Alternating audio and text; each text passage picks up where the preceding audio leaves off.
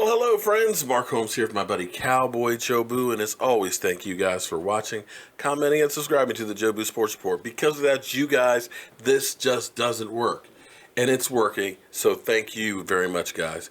Man, I just got back home from work. I got so much stuff to do. We are only 3 weeks away from the draft. I mean, 3 freaking weeks. It's hard to believe.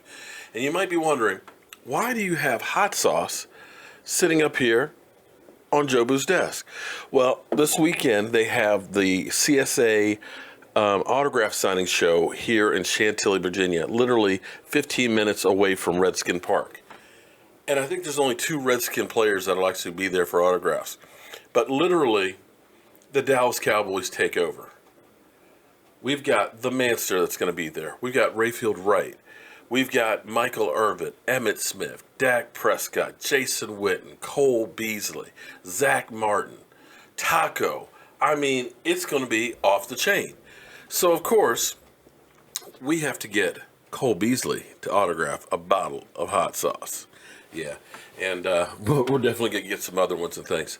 And in fact, I'm debating on getting Michael Irvin's autograph. I met Michael Irvin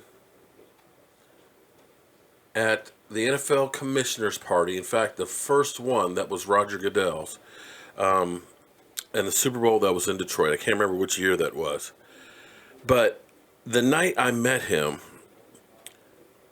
was the night that he found out that he was not going to be a first ballot Hall of Famer. He was literally standing there by himself, and everybody avoided him. I mean, everybody. And I walked up and said, hello, Michael Irvin, man. You know, sorry, man, you're a Hall of Famer. There's no doubt. And took a picture with him. And I'm debating on whether or not I should take that picture and get him to sign it and see if he remembers that moment. I mean, that was quite a while ago. I mean, that was, it's got to be 10 years or so ago. But we'll see. But anyway, let's move on from past 88 to current 88. And it's getting interesting, to say the least. There's an article out today in Sports Illustrated by Albert Beer, who has talked to an anonymous source with the Dallas Cowboys, staff member. And he's basically thrown Dez Bryant under the bus. Let me read exactly what he said. Albert Beer on on Dez Bryant's future in Dallas. He's slipping physically. Hard to count on him for Dak Prescott, and not doing enough to counteract that. Based on last year, he does very few things very well, says one Dallas Cowboys staffer. We don't know what staffer that is. We've heard Mike Fisher say that there's somebody in the Dallas organization who wants Dez Bryant gone, and I believe that's Stephen Jones. And they're definitely putting out there. See, here's the problem. When you have a player that's loved on the team, if you just cut him, then you get the fan base backlash. What you see happen more times than not is they end up putting reasons why he's got to go. Contract's too big, can't play, doesn't fit the system, or they'll go to him and say, well, we tried to work out a, contract reduction and stuff. At this point, I hate to say this, but the relationship is getting poisoned. You keep hearing all of these things that are trashing Dez Bryant. If you were Dez Bryant, how would you feel right now?